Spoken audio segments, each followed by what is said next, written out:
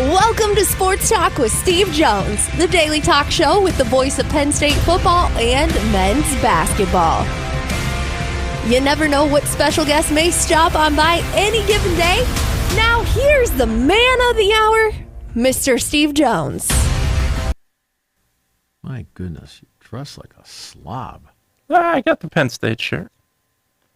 Oh, God. Why don't you stand up, go back? Everybody can see exactly. I mean, you got the red shoes on. That's all right. Red shoes. Yeah, I mean, Red shoes. Yeah, I'm sure. I mean, God.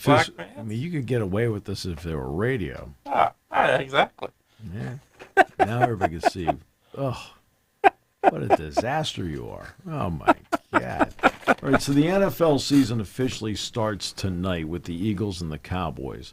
The Cowboys do, I think, have enough offense to make you sit back and go, okay, can they make it competitive? But they don't have enough defense to stop what Philadelphia does with Smith and Brown and Jalen Hurts and Goddard and Saquon. They just, in that offensive line, they just don't have enough to compete with them. Philadelphia wins the game probably by 17 points. It's a convincing opening win. Because they're just that much better than Dallas. I agree. To be honest with you, it was a drama-free training camp for the Eagles. They don't appear to be a team that's having any sort of letdown. No. Now, they do have some issues to deal with. I mean, they have some issues to deal with in their secondary. They do still have issues to deal with in their linebacking core. I mean, it's not as if they were an issue-less team. They have all that. Because every team is going to have that. Yeah.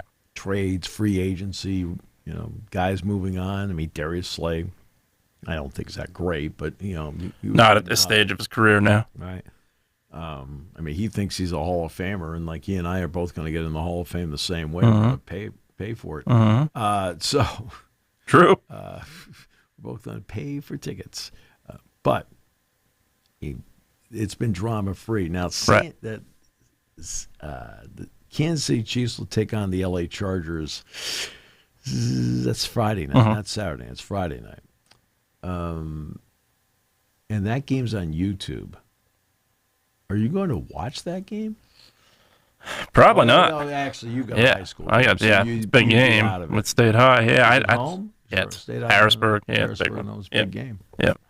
But I don't think I would have watched it anyway. I'm not going to watch it either. I don't have the desire to watch it. No. Do I think it's an interesting matchup? Sure. Yeah, I do. But do I want to go on YouTube to watch it? No, I really don't.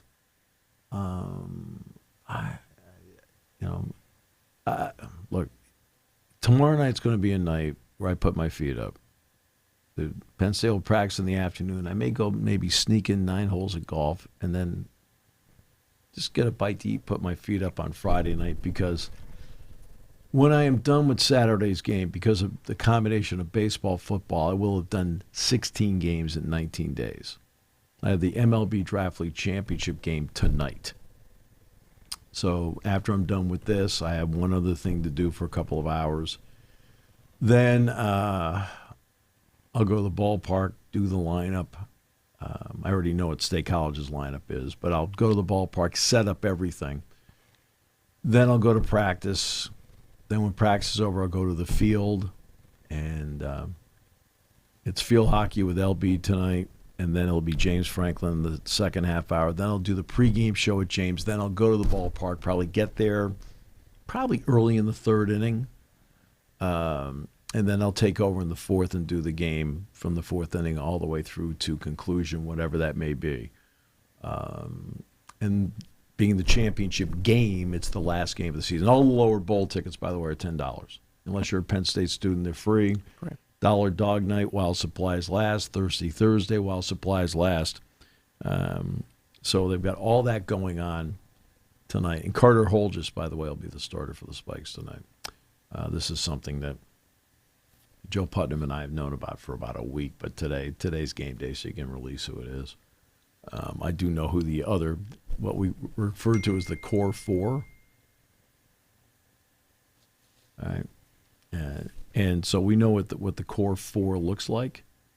And there's only 4 pitchers tonight not available for State College. Okay? That are unavailable tonight. And they're the 4 you'd expect. I mean, the last 2 starting pitchers, in fact, the last 3 starting pitchers and the guy that went 5 innings last night. So, yep. But that's tonight. And then I'll get home tonight and I'll watch whatever's left of the Eagles-Cowboys game. Tomorrow night, like I said, I've gone through this, every night. I mean, I've been in Williamsport the last 3 days, including the last 2 nights. So, like, tomorrow night's going to be like, it's like feet up. And unfortunately, I mean, for me, unfortunately, I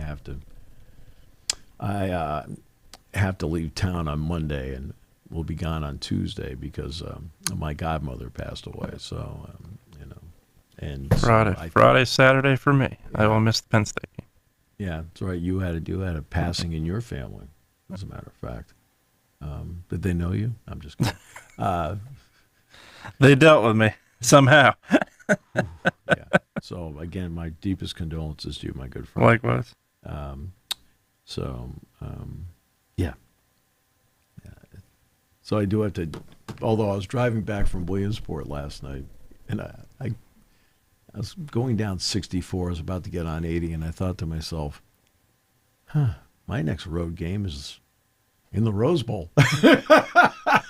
Like, not everybody in this league can say that. I was like, okay. Okay. It's a little different.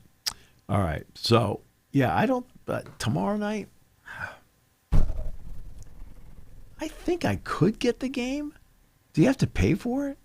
I assume so. I don't know, though. I assume if it's on YouTube TV, you'd have to have YouTube TV, right? Yeah, but I have a smart TV, and the option, I think, is on there. I mean, I don't know. I don't either.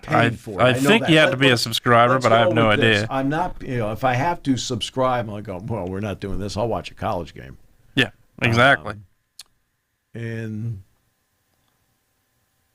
you're at the point now where Michigan-Oklahoma game noon? No, I think it's prime time. It's prime time. I think it is. So the game's at Oklahoma, right?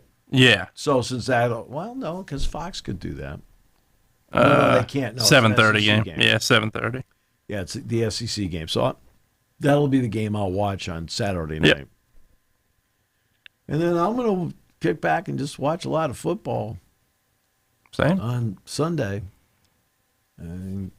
Because, like I said, I've been, the last 3 weeks have been, go, go, go, go, go. I'm just going to chill out, They sneak in 9 holes of golf on Sunday afternoon at some point. There'll be a practice. I'll go to that, and then go from there. But but I don't have a desire to do this. I went through a segment yesterday about streaming, because look, streaming is the name of the game right now, because to me, streaming is new. This is what streaming is. Streaming is the new regional sports network. When regional sports networks came out, starting with Yes and Nesson and so forth, and then started going all over the country, regional sports networks became the lifeblood financially, not the national TV contract. Regional sports networks became the lifeblood financially for Major League Baseball teams. I mean, the Pirates, their old regional sports network deal, I was shocked. Normally, I'm pretty good about knowing how much money you're bringing in, right? Because I read up on it. I'm interested in it. I read up a lot about it. I didn't realize the Pirates deal was $60 million a year. That's what it used to be. It's not now, right? Well, what happened with regional sports networks? They're all dying a slow death left and right. Not all of them. Nesson's not. Yes is not. Right. I don't think MSN. Down. SNY, same thing. Yeah. SMY is not. I don't think the Phillies have a problem with Comcast at all. I think they're fine. All right. But there are a lot of regional. Well, they're also part, and Phillies are also part of the big one, though, the NBC. Like they're growing into national. Twins, Guardians, Padres. Yeah. Right? I think the D-backs, and then one other team. There's a fifth team where Major League Baseball is now running their television broadcasts. This is where the new deal with ESPN comes into play. Yeah. Because they're going to, I think, help with the regional sports network. So now let's equate that to streaming. If you were to have asked Major League Baseball teams, NBA teams, and NHL teams, what happens if you lose your regional sports network? They'd all look at you and go, what are you talking about? That's not going to happen. We provide them, if you're NHL team, 82, about to be 84 nights of programming a year, minimum, before the playoffs. Right? Baseball, no, we give them 162 nights of programming every year. Yeah, come on. They're not going away. And then suddenly out of nowhere, they started to go away. Streaming, now they're looking for another solution. Streaming, they think might be the solution. You want to know how much money Apple TV lost last year? Apple TV. Remember they made that big bid for the Pac-12 to almost try to save it. They thought maybe that for about 3 hours? It was about 3 hours, wasn't it? Where they thought they'd save the Pac-12 until they said it was going to be streaming exclusive with no over-the-air TV. And then that's when Washington and Oregon said, yo! And they literally called the Big Ten office and said, what can we do? Because they had already been vetted the year before. What can we do? Can we make it happen? And then Fox, they went to Fox. They said, look, we'll front them half shares. They'll come over. Apple TV, MLS, Major League Baseball, tried to get the Pac-12, lost $1 billion last year. Paramount Plus lost $600 million. Okay? Here's one that will just people won't be able to believe. Peacock lost $600 million last year. Peacock lost WWE now, too. They're going to lose more money. They got NBA, but they lost WWE, which is a huge niche audience that it's hard to reach. So who's doing okay? Netflix is doing okay. But Netflix has only delved into sports with Christmas Day football. Right. All right. But Netflix is doing okay. They've lost a lot of subscribers because, what's happening with streaming is this. They're cracking down on, well, this is something that you've thrived on for years, taking somebody else's password and using it. Well, it's the old sharing. It's the old, hey, I've got MLB TV, you've got Netflix. Why don't we swap here? That's I think, the biggest thing they're cracking down on. No, I mean, it's always good to talk to an expert.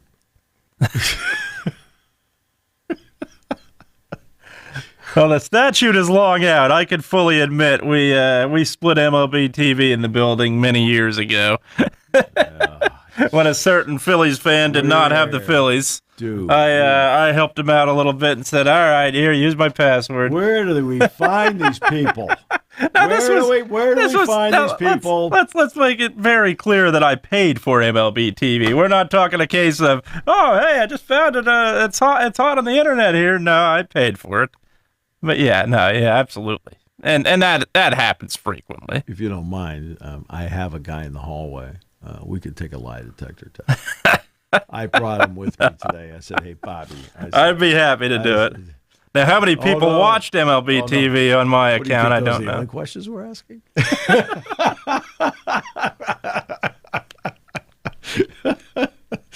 We have a lot of questions for you.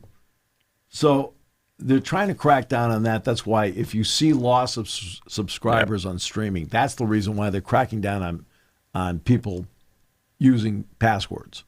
Okay? But a lot of streamers lose money. And not just a couple of bucks. I think Hulu's okay. I think they've lost some. I think they'll be all right over the long run. Hulu's lost some money, but it's not devastating. Netflix has made money.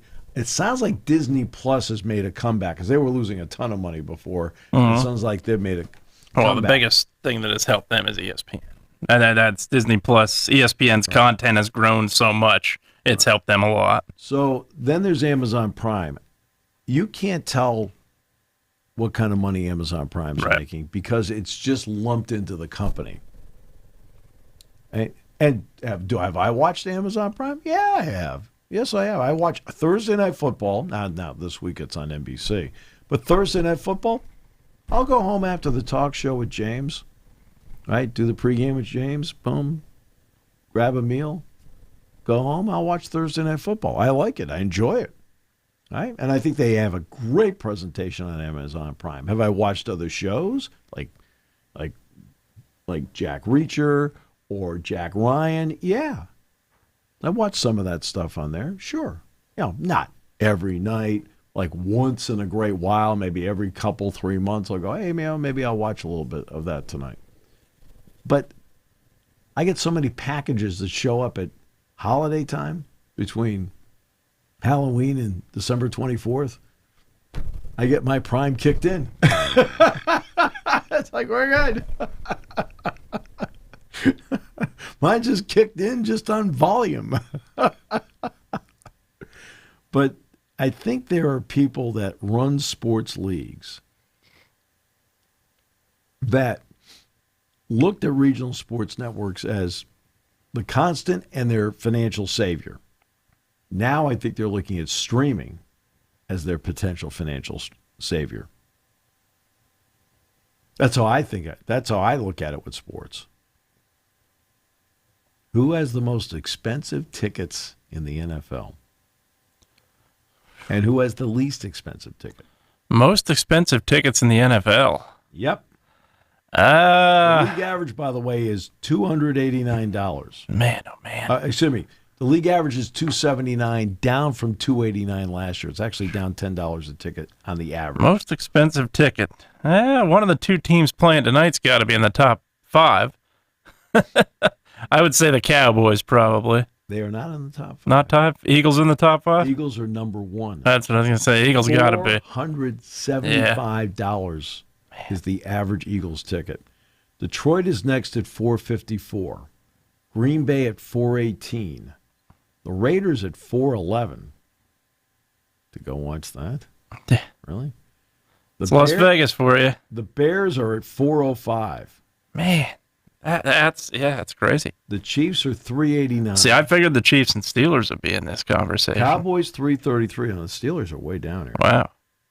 Cowboys are $333. The Broncos are $317. The Steelers are $317. The Bills are $284. Seahawks $277. The Patriots are $260. The Dolphins are $255. Your team, okay? They can't give the tickets away. Nope. $255. Man. I mean, to see that group of unprofessional bums holding out. You might not even see them. They might be holding out or requesting the trade. I think your team wins 10 games this year. There's a chance. Yeah, I think so too. A schedule, very favorable schedule. They got guys back. I agree. Vikings $254. Chargers $252. It costs more to go to a Chargers game than a Rams game. Like, what? It's these prices, period, are just crazy. Los Angeles is a good, not great sports town. They're a great Lakers town. I think they're a terrific Dodgers town. Yeah. It's never been a great football town. No. When USC was national championship run, they maybe, but you have other to win, than that, though. In Los Angeles, you have to win. Yep. The Chargers are $252. Texans $252. The Jets are $249. Man. Okay. The Commanders are $249. The Bengals $245. The Giants are $237. I mean, the Giants tickets are $12 cheaper than the Jets. The Rams are $223. I mean, they're almost $30, like $29 cheaper than the Chargers. The Ravens are $221. The Bucs are $212. Carolina's $209. Average ticket for a Cardinals game $207. Atlanta's $197. And remember, Atlanta's got very reasonable concession prices, well, too. Arthur Blank, that was the agreement when they built Mercedes-Benz Stadium. When they built that, it was his demand that concessions be, I mean, and people who went to the Peach Bowl, like, I couldn't believe how much I paid here. It was nothing. And their tickets down near the bottom, $197. The Colts are $190. Even that's a little overpriced. Average price Saints game $177, Jacksonville $177, Tennessee $167. The Cleveland Browns are $158. See, Browns, I thought would be more. I'm actually surprised on that one. Fifth time since 2017, the Cowboys are the most in-demand NFL team on StubHub. They have sold 40% more tickets entering the season than the next most popular team, which guess who it is? Next most popular, probably the Eagles. Buffalo Bills. Bills? Bills are in there, yeah. Right? In-demand teams. Bills, Dolphins, Washington. That's Washington's surprising. The other one's not. Okay. The Raiders. Raiders are always, fourth. yeah, Raiders will always be popular. Fourth. There's no doubt on that one. Yep, not surprised on that one. Most expensive ticket on average tonight at the Link, $708. Cheapest ticket of the weekend, Cardinals Saints at the Caesars Superdome, $102. Man. I saw the Eagles and 49ers in 2003. It cost me $55. That's how much they've gone up since the Link opened in 03. Even then you overpaid. I did. Who was the quarterback? Was Garcia? Garcia was a quarterback. Yeah, that was Owens. That was actually Owens' last. That was Owens' last game as a 49er because he broke his collarbone. So, yeah, that was his last game as a 49er. And Red Zone's going to have commercials. Yeah, that's... You know what? You have to. That guy's on the air for 7 Exactly. hours. And you're also reaching a point where you have to do it. Look, SiriusXM does it. And it's at the point now where you really have to have advertisers to push your stuff. And look, it drives us. There's no question about it. Advertisers pay their hard-earned money, and they deserve that recognition. So I know there's a lot of people looking at it saying, well, man, that's ruining programming as usual. They say ESPN gets to use the Red Zone brand. However, ESPN has no input on Red Zone's production, programming, or business decisions. Good. Yeah, I'm glad Scott Hansen's still doing it. He just an exceptional job. I've talked to Scott. Yeah, it's just incredible.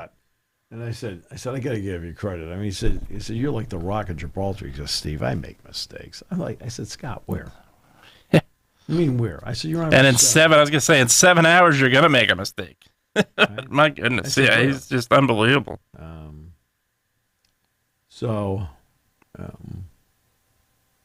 Again, remember what Roger Goodell's bold target was when this all began. He wanted to hit $25 billion in revenue for the NFL by 2027. There's no question. Well, he's gonna guess hit what? It. Guess what? Last year they're at 22.2. Yeah, he's gonna do it. There's no doubt. And the Super Bowl is getting bigger and bigger and bigger. Yeah. There's no question he's gonna reach that. But the bottom line is, look, Red Zone is, to their credit, in the fantasy world, it has been a great move. Yes. He's the perfect host for it. I agree. And for those who just want to just sit there and like, hey, my team's not playing right now, and you just want to go game to game, just sit there and watch it, I'll do that. I'll sit there and watch it and go game to game, right? Because it's taking you to where all the action is. It's not third down and 4 at your own 38. It's called Red Zone for a reason. Yeah. Right. You're seeing all the pertinent action. So. Yeah, there's no doubt. I give ESPN a lot of credit for this unlimited app. I think they've done a great job so far with it. Now, granted, we're just the outset of it, so I have no idea what's going to happen with the future of it. But yeah, you're right. I think the The regional networks are a big part of it. They're trying everything they can to kind of keep them afloat with their own service. But I'm curious to see what's going to happen with the NFL when it comes to the streaming, what this does now with ESPN in the picture. Does this add another streaming service where you're paying for Sunday Ticket, which is expensive as is. Yeah. You're paying for Netflix. You're paying for Peacock. You're paying, if you don't have cable, for Paramount. And you're paying for Amazon. What's happened is this, though. The average household was paying for streaming, it was $55.80 in 2023. It's now $42. Going down. People have looked at it and they're just kind of like paring down what they're doing. Absolutely. To save money. So. Yeah, that's... And ESPN out of the gate has introduced a price that is definitely, well, their regular service is always their regular, but their unlimited is, what, $30 a month. That's not cheap for streaming. Yeah. So they have to absolutely bring it with a lot of content, which they're trying to do. To their credit, they are absolutely putting a lot of effort into it. Whether it succeeds, I have no idea. I will say this, that as you know, I don't watch pregame shows. I don't either. And the reason I don't is... If they're in front of me, I will. That's about it. No, there's a reason I don't watch pregame shows, because I used to watch them because you kind of felt like you learned some stuff. You learned something. Absolutely. Now I don't feel like I'm learning anything. No, it's... And, for example, Game Day, I watched Game Day in the opener because of Lee Corso. Mm-hmm. And it was his last show. Now, if Corso was just going along, right, and this was 10 years ago, whatever, I may not have watched it. But I watched Game Day because of Lee Corso over the weekend. They got record ratings for it. I probably won't watch Game Day for a while. I don't learn anything from it. What am I being told on there that I didn't know before? Right. I mean, there's nothing being said on there that you sit back. I think Nick Saban adds a tremendous amount. 100%. I can't sit there for 3 hours and wait for his 5 minutes here and 2 minutes there. It's not enough. I mean, and again, I've said this many times, that if I were running ESPN and I had Game Day from 10 to 2, which is what it used to be, and they said, hey, look, we need to go 3 hours, I'd be sitting there, I'd say, absolutely. Why? Because I can easily sell the extra hour. Easily. No doubt. But I also would know that the extra hour would dilute the product. That's true. Well, the product has been tremendously diluted because of the extra hour. But again, if I'm in charge, I'm taking the money. Understandable. Yeah, I'm taking the money because, I mean, that extra hour is gold. I can sell that, right? And that's important. I mean, that's the business part of the model. But the programming part of the model just doesn't sustain it. And I really have no desire to watch it. I mean, I won't watch it. Now, this week, Penn State's playing at noon anyway. Yeah. But I don't it's desire to watch. There's nothing on there that I think that is worth watching. Again, if I'm going to watch something like that, I want to learn something. Exactly. Yeah, the only pregame I'm watching is if I'm turning on the game and I'm catching the final minute or two and they're doing their predictions. That's literally about it. People ask me about the Super Bowl, and I'll say, I said, yeah, you can't. I mean, like, I'll watch the Waste Management Open. Yeah. Now, this time we didn't do it because I was in Los Angeles, and Dick and I went over to Santa Anita and went through 9 days of races and just had a good time and the whole thing. Michael McCarthy came over, and he trained the Preakness winner this year, which was great, talking to Mike. And when it was over, we went with a group of Dick's friends that have now become my friends, right, over to a restaurant, and we watched the game there. But when I'm sitting there watching the Super Bowl, people say, what, and I don't have a game that day? they said, well, what do you do? And I said, well, I usually will probably watch the Waste Management Open, maybe a college basketball game. I said, right around 6:30, I said, I'll tune into the Super Bowl. I said, there's nothing they say in the pregame show. I'm going to sit there and go, no, there's nothing. I have to see it. There's and the nothing reason, there. no, and especially the Super Bowl, because you've had 2 weeks leading up to it. You've heard, there's not much you haven't already heard. You've literally heard just about anything you could hear on any network as you lead up to it. There's no question about that. And the networks do an exceptional job doing the features they do, putting the work and effort they put into it. But as you said, I feel the same way. You don't learn a lot from it because I don't want to say you know it all, but you've learned so much in those 2 weeks leading up to the Super Bowl. There's very little you don't know at that point. Yeah. And that's even the casual follower that is not watching extensive sports programming those 2 weeks leading up. Yeah. I mean, there's just nothing. I mean, there's a lot of talk. Yeah. I'm trying to think what we're doing right now. That's there's right. a lot of talk.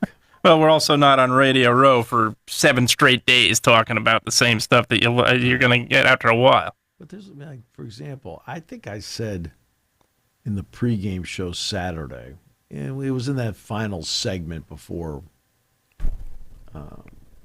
the team took the field. And I said, look, the talking season's over. It's time to play. And football lends itself to a lot of talking because the games are week by week, as opposed to a basketball season. It's every couple of days, every 3 days maybe, as opposed to a baseball season where there's a game every night. Football is one time a week, so there's a lot of time, Monday, Tuesday, Wednesday, Thursday, Friday, to talk about the game. You talk about last week's game. Now you're going to talk about this week's game. Like, okay. Mm-hmm. And with the access you have at this point, and I'm not even talking about the access where you're in person. I'm talking about the access to everything a team does via every service on television or outside of television. You are at the point you're, as a fan, are prepared for Saturday or Sunday. Right. It's just, like I said, there's nothing No. I see that's just not there. No, not at all. You're like, okay. I just, you're filling time. Yeah. Like, no offense. Literally. No offense, Stephen A. Smith. He does it for a pretty decent coin. Yeah. Right? But he fills time. Fills time, yeah. Right? The whole thing in sports is about the games. 100%. It's all about the games. Always be about the games. Right? And about the athletes that participating in the Right. games. Right. Yep. Tonight's the game. Yep. Okay? There's a game tomorrow. There's college football tonight. There's college football tomorrow. Yeah. And there's a whole day of college football on Saturday, including Penn State, FIU. We mentioned Michigan, Oklahoma.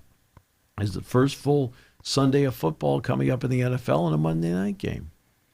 It's all about the games. It's not about the talk leading up to it. What do you learn during the course of the week that isn't put out in a tweet? Exactly. There's nothing, and that's what I mean by the access. Nowadays, you have access to so many things that you're not learning anything on television anymore. Years ago, when social media didn't exist, you were tuning in on Sunday to find out if such and such was going to play. That's where now you already know. At this point, coming into the day, a good idea. 100% no, but you have a good idea at this point because of the access as a fan that you have to the information. Yeah. Yeah. Great article in The Athletic, by the way, on Katron Allen and Nick Singleton. Stan Drayton identified nuanced flaws. That's what we've always said about you in this staff. That's right. Allen and Singleton absorbed too many hits from safeties. He said they weren't identifying blitzers quickly enough to meet them at the line of scrimmage. So the critiques might have sent Allen and Singleton's eyebrows to the ceiling, but Drayton had done this before with Ezekiel Elliott and Carlos Hyde at Ohio State, B. John Robinson, and Roshan Johnson at Texas. Singleton said no one's perfect. He says you're always going to try and find ways every year to get better. Calling us out for all that just shows that there's still work to be done. Drayton required each of them to pick up a dry erase marker, walk to the front of the meeting room, and draw up the plays he called out. It unnerves and challenges a pair of accomplished players in a productive way. Right now, Drayton says they're being trained to be coordinators.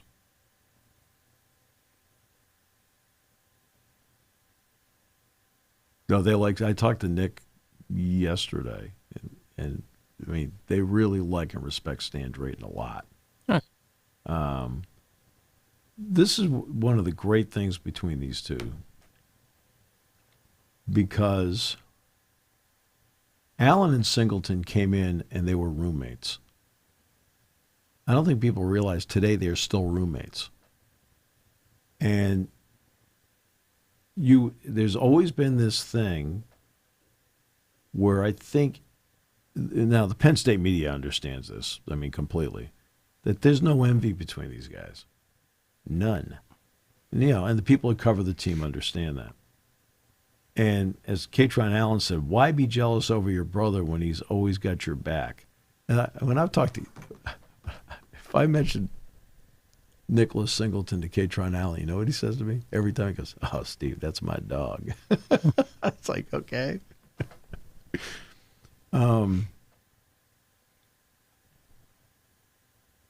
And I think for both of them, this is the long-term part of it is quite simple. Okay? Neither one of them is worn out by playing at Penn State. They're both going to be fresh to play in the NFL. So okay? Year one, Katron Allen, 167 carries. Singleton, 156.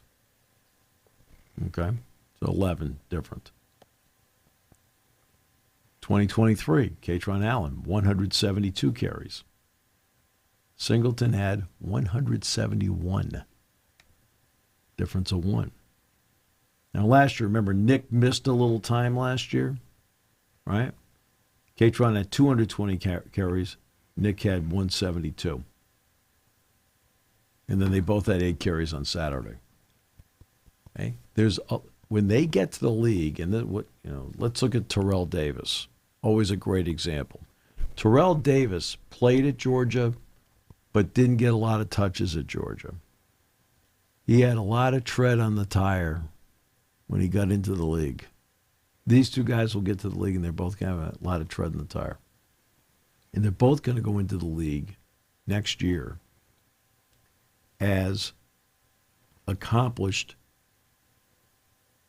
all-around running backs, running the ball, exponentially better pass catchers now, understanding what to do without the ball. It's what's going to make them so desirable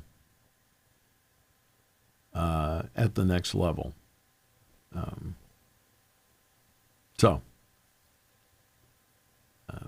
It was a great article. Brian Hamilton wrote it for the Athletic. It was really well done. Because, look, this is what you're looking at today, is that you're seeing more and more people going with two backs across the country. I don't mean they're both playing at the same time, but two backs. Yeah, you have to have it first. I mean, my goodness, Reggie White had Lindale White. Reggie Bush had Lindale White, for goodness sakes. Bill Belichick. It is easy to take shots at Bill Belichick.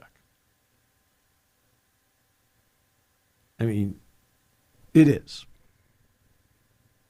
But, again, we're in that hot take world. Sure.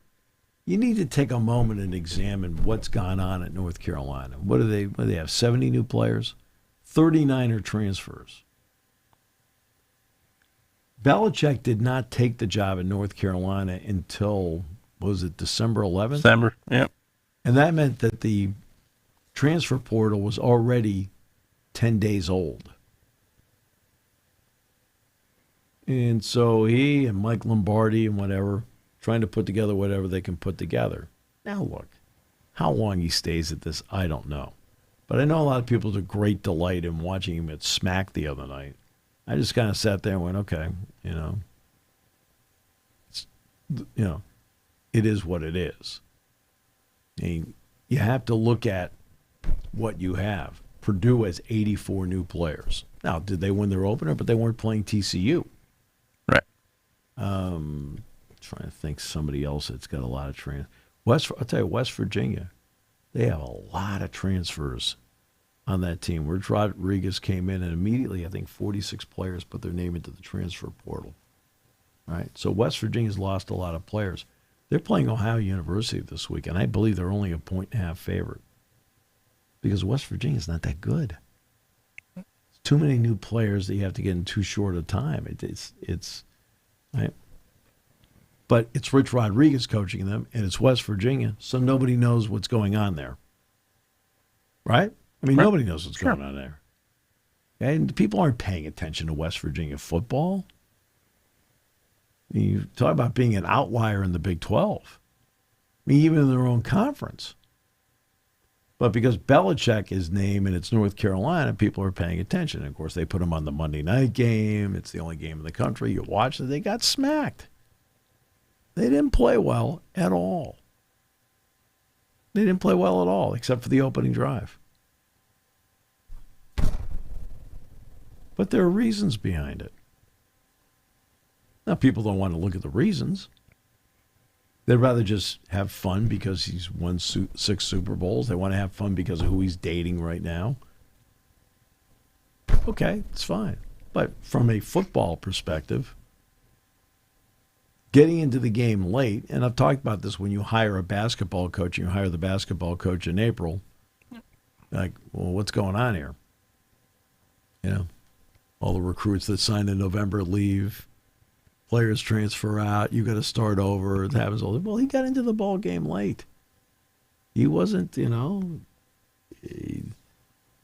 have to now recruit. You're behind. I think what he came in after the signing date. Right. So he comes in after the signing date. He comes in 10 days after the transfer portal started, and they have to assemble a team. All right. Okay. I mean, that's just being realistic here. For people, it's fun. It's fun to make fun of him because he's Bill Belichick. It's fun to make fun of him because of who he's dating. It's right. It's fun to ridicule him because and it's also fun because he's been snarky with the media over the years. Sure. Right. Absolutely. Right. I mean, and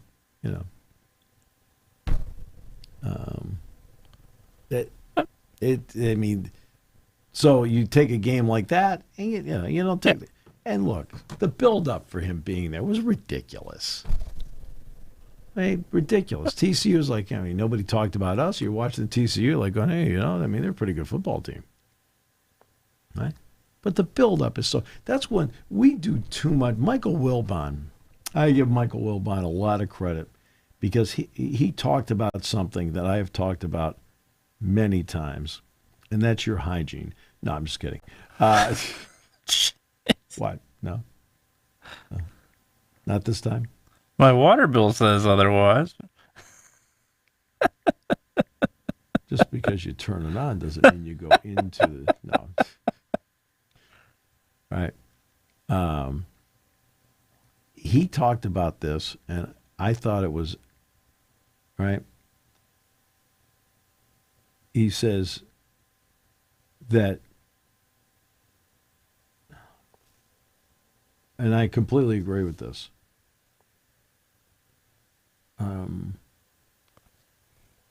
So during Tuesday's episode of Pardon the Interruption, Wilbon was asked to share his overarching thoughts on the first week of the college football season. He called out his peers for building up what he perceived to be unrealistic expectations of young stars such as Jeremiah Smith and Arch Manning.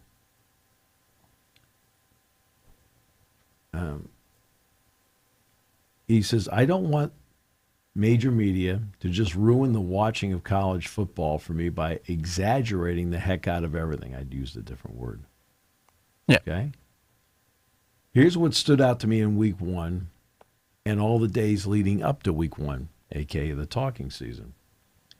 I don't want mass media, major media, networks, including people we like to call our friends, to just ruin the watching of college for me, the consumption of college football, by exaggerating the hell out of everything, by overstating everything. Arch Manning is not Peyton or Eli or Archie just yet. I get a text right in the middle of reading it. Right? But Jeremiah Smith is not Jerry Rice just yet. I heard somebody I like a lot say he's the best player in college football he's ever seen. Jeez. You know what my recommendation would be? Watch more college football over the last 50 years, because he's not the best I've ever seen. No. My Now, goodness. In That's here, bad. now, this is not him speaking. It's easy to see Wilpon's point, given the current state of sports media. Exaggerating and overhyping are commonplace in every publication's quest to secure the most eyeballs. They say he should admit that he's been guilty of it himself. That's what they said. Well, I think we're all guilty of things at times that can be. I'll say I'm not guilty on this. I'm not. No. I mean, like, No, we're not one to take hot takes or any of that stuff. yeah, but because I it mean, doesn't. When it comes to, like, when people ask me, I've always taken the tact of Joe Paterno, because listening to him all those years, I heard him say it once, I heard him say it 50 times. Joe said, "Look, what you give to one, you take away from somebody else." You're right, and he's right. So when people ask me who's the best at whatever, I'll say, well, he's probably one of the 10 best I've seen. I said, you can argue the order of the 10 best. And in today's media, just reading headlines, like the other day, Aaron Judge, great player, right, hit a home run. And he tied Yogi Berra for the 5th most home runs in Yankee history. Number one, I was impressed that Yogi Berra hit 358 So home was runs. I. I didn't know. I didn't either. Because the next milestone is going to be Joe DiMaggio. DiMaggio hit 361. Yep. He only struck out 369. Hit 361. Okay. Then after that, it's going to be a little bit of a climb. Okay. But why is that a headline? Who has the 5th most home runs in Phillies history? That's a storied franchise. Yeah. Who has the 5th most home runs in Red Sox history? That's a storied franchise. Yeah. Dodgers.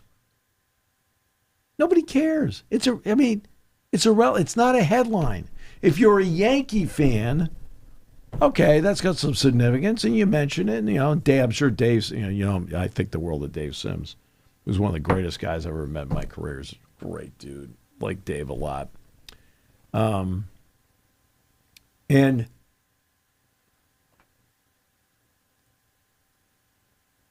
Ohtani does anything. And this is not Ohtani's fault. No, it isn't. Please, I want everybody to understand. This is not Ohtani's fault, and this is not Aaron Judge's fault. Right. It's not at all. So I'm not putting them down in the least. But anytime they do something, ESPN hypes the heck out of it. Yeah. Right? I mean, the U.S. Open Tennis Championship's taking place. How many times did we hear over recent years Serena Williams is the greatest player of all time? She's one of the greatest players of all time. Right. Is she the greatest? I don't know. She doesn't have the most Grand Slams, by the way. You do know that. Margaret Court does. Court does, yep. Okay? Well, she would have. How do you know? How do you know Billie Jean King struggled to beat her? Steffi Graf was pretty darn good. Right? I mean, Martina Navratilova was great. Yeah. Okay. Tiger Woods. I mean, this is how bad it's at ESPN right now. And again, this has nothing to do with the two young people. It's not their fault in any way, shape, or form. Yep. But if Bronny James does anything, it's a headline. If Charlie Woods does anything, it's a headline, because it's LeBron and Tiger's their kids. Yeah. kids. It's not the kid's fault, and No. it's not LeBron or Tiger's fault. No. It's their fault. ESPN's fault. Right? And every time something comes, history made. How many times you see a history made? And then you sit there. I stopped reading the articles. You want to know why? Because I'd sit there and like some baseball history, and the stat line has to extend out 2 sentences before you find out when it all came together. Like, I said, really? Yeah. You know what history is? Kyle Schwarber hitting 4 home runs. Mm-hmm. That's history. It's only happened 21 times in the history of the game. That's historic. And guess what? Everybody can relate to it. Everybody can relate to it. Yeah. What the heck? I mean, I use that as something that's simple. You know? But if, somebody goes out and scores 213 NHL points, historic. Because Gretzky has the record at 212. Gretzky had, 92 goals in a season? Mm-hmm. He hit 93? Historic. Okay? Somebody scores 101 points in a game in the NBA? Yeah, historic. Sure. And NBA, I think you can give them leeway. They scored 90 points. It's historic. It doesn't happen often. In the NBA, if you score over 60 points in a game, that's historic. Absolutely. I mean, that's like, wow. I mean, 60 points for a guy in 48 yeah. minutes. We don't forget Kobe scoring 81. And that was Jordan 63. Yeah, exactly. Yeah, those are moments. Absolutely. I mean, I realize that all the hype that they have is trying to get people to watch what they're going to be carrying. Yeah, it's absolutely, and I get the hot topic is going to attract people, but no, I feel the same way. It's at the point it's extreme, and the point you made right at the beginning there. Everything's historic. Yeah, he's the greatest. Or it's legacy. People use legacy way too much. Way too much. I'll tell you, he's won a Super Bowl. Yeah, he's got to win 2 though to enhance his legacy. What the hell? That's garbage. You know how hard it is to win 1? Exactly. Ask Dan Marino that question. Yeah. Right? Hard to win 1. Yep. I agree. But you need to win 2 to enhance your legacy. Ridiculous. I mean, Peyton Manning won a second ridiculous. Super Bowl, one of the worst Super Bowl performances you'd ever see from a quarterback. Yeah, he bought Von Miller a car that day. I can tell you that. Yeah, there's no question. I mean, come on. Ben Roethlisberger's 2 Super Bowls. It didn't play well in either one. Obviously, led the second one. He led the drive and played well. I thought Packers game he didn't play well. He didn't play well against the Packers at all. And really, it was one of the worst starts I've seen by a quarterback when they beat Seattle. Mm-hmm. I mean, sure. It wasn't Tony Eason bad, but it was it was good. But it was just a kid. It was a second year. Sure. Right? But everything today is historic. Right. Everything today is milestone. Like I said. Everything today is the greatest of all time. He's the greatest player. Stop it. I agree. Okay? I've watched sports for more than 60 years of my life. Don't pull the wool over my eyes. I don't need a 23 to 24-year-old headline writer to tell me what's historic and what's not. I don't need that. I've got 2 eyes. I've seen a lot of sports. Okay, seen a lot of sports. All right. I see Nick Kurtz hit 4 home runs, get a double and a single. Now that's an awesome night. Absolutely. Right? 4 home runs for Schwarber. Yep. And then on a 57 mile per hour from a position where it pops out the shallow left. I mean, he was disgusted. Right? But that's historic. Right? Kerry Wood strikes out 20 guys. Historic. Roger Clemens strikes out 20. Historic. Those are milestones. Right? I mean, I get it. Bobby Orr plus 120 plus minus. Mm-hmm. Really? Yeah. I know what, like you and I both know. You and I both know what great looks like. Sure. You and I both know what historic looks like. I don't need to be told by that by this headline writing clown show what it is. And the slash line went out it goes like 3 pages. Like going, oh, we finally So nobody's ever done that before. I really don't care. Yeah. I think Judge is a great player. Agreed. Right? He's a great player. He's also an older player. I think people don't realize he's 32, about to be 33. Right? But tying Yogi Berra, that's great. But but it doesn't mean anything to me. No, especially the point. Now when he hits his 400th home run, that means something. And when he hits 500, which I think they both. That now becomes, to me, an incredible milestone club. Right. 358. Okay. Have I seen people hit more home runs than him? Yes. Yeah.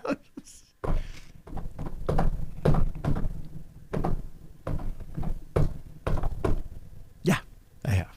Matter of fact. Seen people at 700. Right. Let me put it this way. Hank Aaron, I know he's number 2 all time at 755. But you want to know what Hank Aaron was besides being a great regular season home run hitter? He didn't get many postseason opportunities. He had 3. 2 World Series and a National League Championship Series. The difference between Hank Aaron and Aaron Judge? It may have been only 3. Okay, so what he played he played 17 postseason games in his career. Hank Aaron was a great postseason player. He was great in the 57 series. He was great in the 58 series. And people don't realize the Mets swept the Braves in 69, and Aaron hit a home run in all 3 games. That's what a great player looks like.